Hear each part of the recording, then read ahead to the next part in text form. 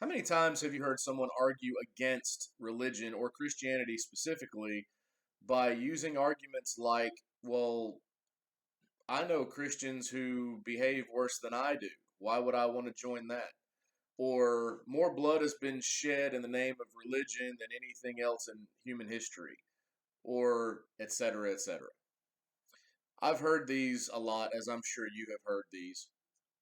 But what we have to remember is that when we use those arguments to try to establish a stand against religion, what we're saying is I am looking at fallible, fallen people, and I'm using them as the standard for what I think that religion or that faith stands for. When it comes to Christianity, we can't do that. Why? Because there is a specific guideline as to how to behave as a Christian. When we look at humans who are not following that guideline, that's not God's fault. That's not religion's fault. That's the person's fault. We are, as I said, fallen, fallible people living in a fallen world. None of us are perfect. None of us are good enough to earn heaven. None of us are going to make the right decisions all the time. So, how do we reconcile this? Well, I think if we can find out what that guideline is and what that guideline says, we can then establish the standard for what Christian living is supposed to be, so that then if we see Christians who are living outside that guideline, we can accost them spiritually. We can approach that person, and we can try to keep each other in check as brothers and sisters in Christ. So what is that guideline? Well, let's look at it. I have a lot of passages. I'm not going to go over all of them. All of the ones I don't read here, I will put in the description if you'd like to read them yourself. I'll tell you what they are. But the few that I'm going to read are giving a clear indication of how we are supposed to act once we give our lives to Christ and what our mindset is supposed to be. So let's start with 1 Corinthians 10, 23 and 24. Paul says, everything is permissible, but not everything is helpful. Everything is permissible, but not everything builds up. No one should seek his own good, but the good of the other person. If you're looking out for the good of the other person, you are not going to intentionally harm them. You're not going to degrade them or make them feel insignificant in any way, shape, or form. Right? Next, we have 2 Corinthians 7:1. Therefore, dear friends, since we have such promises, we should wash ourselves clean from every impurity of the flesh and spirit, making our sanctification complete in the fear of God. By the way, fear of God does not mean being afraid of. It's more awe, being in awe of, or having reverence or respect for. Next, we have Ephesians 5:15 through 18. Pay careful attention, then, to how you walk, not as unwise people, but as wise, making the most of the time because the days are evil. So don't be foolish, but understand what the Lord's will is. And don't get drunk with wine, which leads to reckless actions, but be filled with the Spirit. So you start to see a pattern. This is not just about behavior, it's about mindset as well. Next we have Philippians 2:1 through 4. If then there is any encouragement in Christ, if any consolation of love, if any fellowship with the Spirit, if any affection and mercy, fulfill my joy by thinking the same way, having the same love, sharing the same feelings, focusing on one goal. Do nothing out of rivalry or conceit, but in humility consider others more important than yourselves. Everyone should look out not for his own interests, but also for the interests of others. Same book, Philippians, this time chapter 2, verses 14 through 16.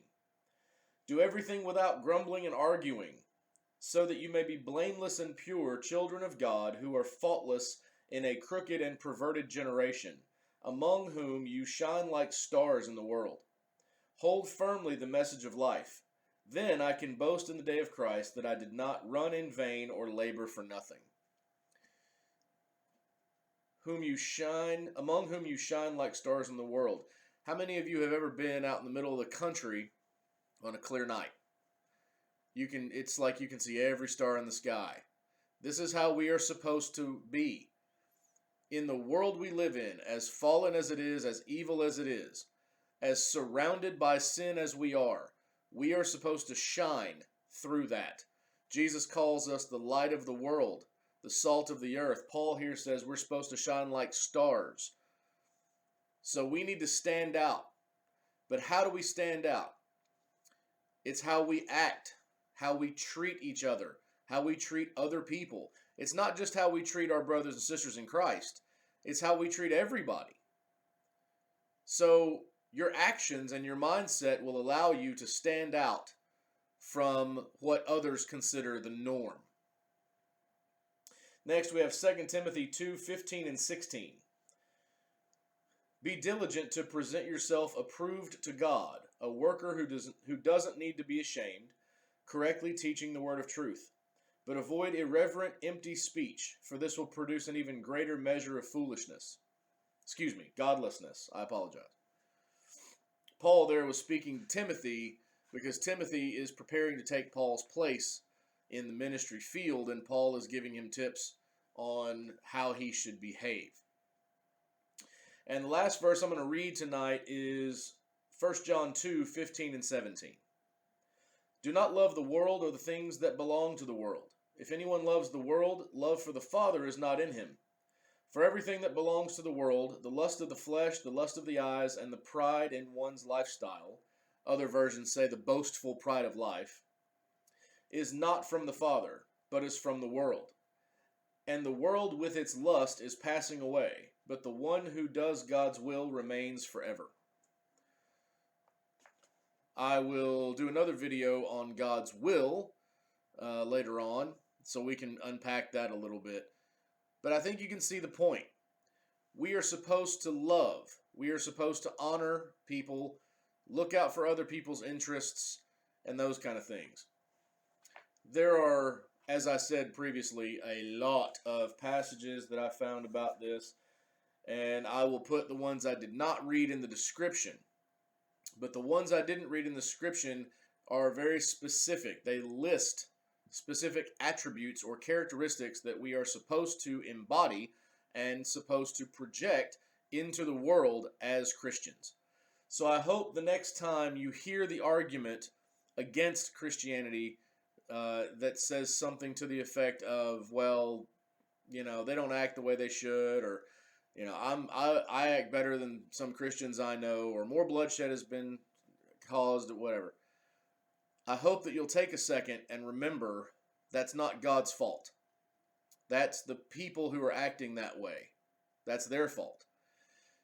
Also, and I think maybe not more important, but as important, if you ever see someone that you know professes to be a Christian living outside of this statute or outside of this guideline, I hope that you would take it upon yourself with a gentle and respectful attitude and approach that person and confront them and keep them in check as brothers and sisters in Christ should. Thank you for watching. I appreciate your time. Like, subscribe, share this with your friends, and help us reach as many people as we can with God's help. I love you all, and I look forward to seeing you next time. God bless.